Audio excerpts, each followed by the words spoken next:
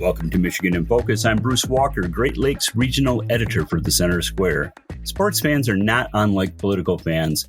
Both can get pretty profane when it comes to expressing their allegiances. In fact, the worlds of sports and politics did profanely collide a few years back when a sports reporter interviewing Brandon Brown in October 2021 mistook a chant about President Joe Biden for "Let's go Brandon." Once coined, that phrase, "Let's go Brandon," was minted at the president's personal appearances, sporting events, and was even appearing on clothing apparel. And now, wearing such apparel in a school has sparked a lawsuit.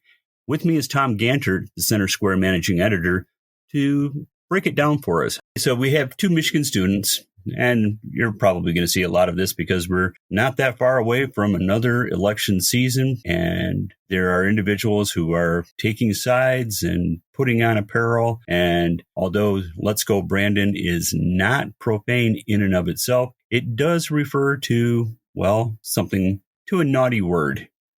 Yeah, and what we wrote about happened in Michigan.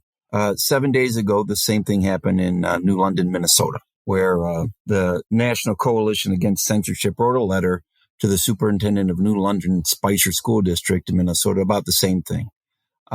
Middle school students were prohibited from wearing "Let's Go Brandon" t-shirt.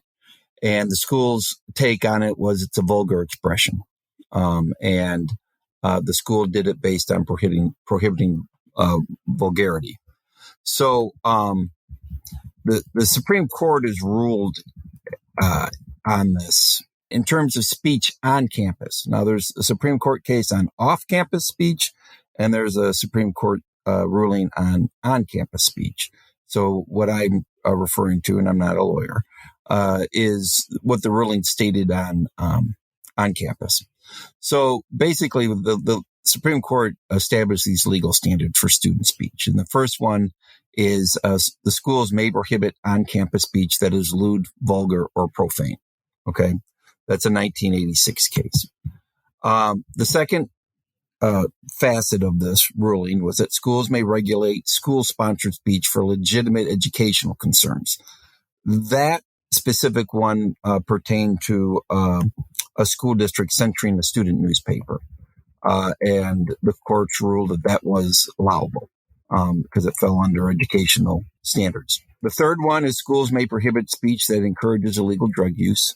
And then the fourth part is a larger kind of umbrella statement that all other student speech may only be regulated if it substantially disrupts school operations or interferes with the rights of others, or if school officials can reasonably forecast a disruption. So I think the legal argument to ban these shirts falls under either lewd, vulgar, or profane, which is the idea that "Let's Go Brandon" is really a substitute for a phrase that is vulgar, or that it substantially disrupts school operations. The idea that these students walking around wearing these shirts with these messages will disrupt school operations. So it seems like those are the two legal standards that the courts will decide on this issue. Who is named in the complaint in the Michigan case? Is it the school per se, or is it actual faculty members or administrative staff?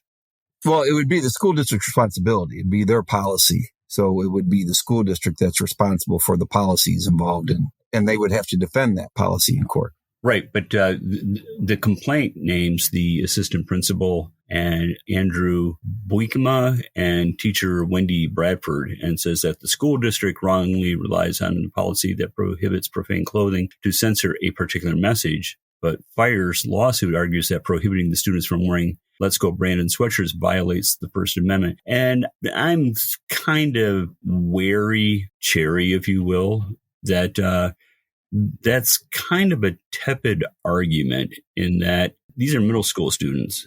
Middle schools can enforce any type of dress code that they see fit. Am I wrong in that assumption? Well, the National Coalition Against Censorship in Minnesota, when in their case, they took, if you read their letter, what their concern was that it wasn't so much vulgar speech or political speech you were looking to ban. It was a particular kind of political speech, that this was against a candidate that they enjoyed or liked or supported, And that was behind the ban more so than what the message said. So, I mean, that's the concern in Minnesota, was that it's not so much you're banning political speech, you're banning speech you don't agree with. When it comes to Michigan, I mean, the Supreme Court's ruled on this. So it's gonna be whether whose argument is best suited for what the Supreme Court ruling was on this previously. The Supreme Court case is about black armbands during the Vietnam War. This is something that, which is political speech, granted.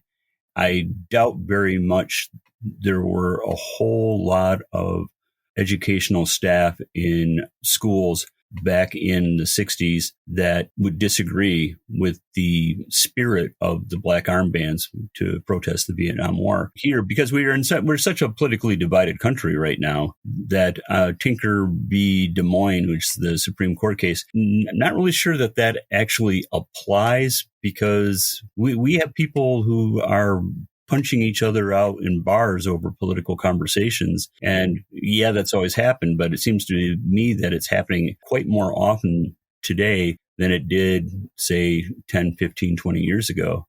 Agreed. But also the Supreme Court cases do lay out the legal arguments for what school districts can do. So, I mean, from what I read, it's pretty clear. This is going to either fall under lewd, vulgar, profanity.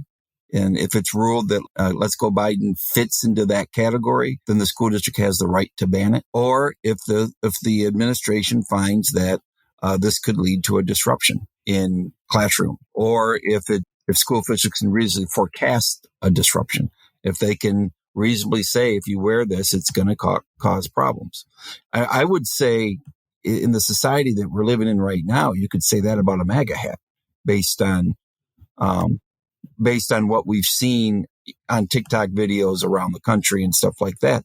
So the question is going to be, is it reasonable? Or the Covington, Kentucky students who went to Washington, D.C. and they were wearing MAGA hats, and they were set upon by many different people accosting them for their choice of apparel. Right. So it's a lot of, me and you have covered enough Supreme Court cases over the last 15 years that I never predict what's going to happen. But it seems clear, at least from what I've read on this, that there's two ways this can go. Either it's vulgar or either it's going to cause a disruption.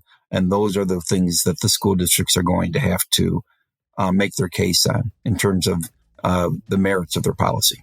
Okay, well, let's keep following this. We'll follow it in Minnesota. We'll follow it here in Michigan. And listeners can keep up with the stories on free speech issues at thecentersquare.com. I'm Bruce Walker, Great Lakes Regional Editor for the Center Square. Please subscribe and thank you for listening.